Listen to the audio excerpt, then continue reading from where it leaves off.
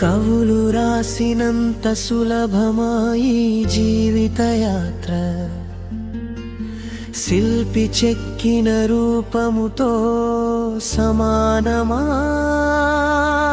నీ ఎడలాయన చిత్తము, దేవుడు రాసిన రాత ఇది అని కలిగిన కీడులో పలికే నీవు స్థిరపడి తృప్తి పడిన వేళ మౌనివైతివెందుకు?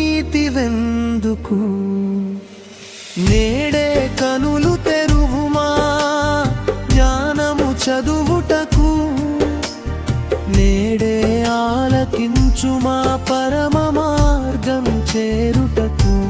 సత్యమైనది దూరముగాను బహులోతుగాను ఉన్నది, దానిని పరిశీలన చేయగల వాడెవడు?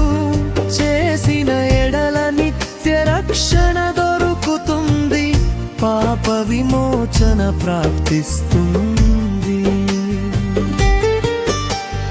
ఈశమలు కలిగిన అపోస్తులుల దర్శనం వెలుగుతూనే ఉంది. ఉపద్రవమేదైనా మరణమెదురైనా కృప పొంది నిలిచిరి. కృప బలపరచగా శత్రువును గెలిచెదము, క్రీస్తు పక్షమున జయము సాధించెదము. ఇదే మన నిరీక్షణ, ఇదే మనకున్న గురి గమ్యం.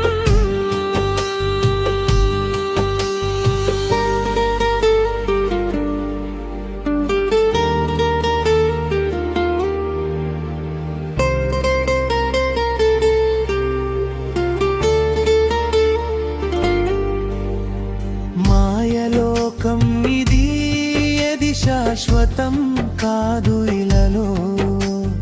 కంటికి కనిపించిన అది ఎండమావిలా మారును, చేతిని స్పర్శించిన అది మంచులా కలుగును.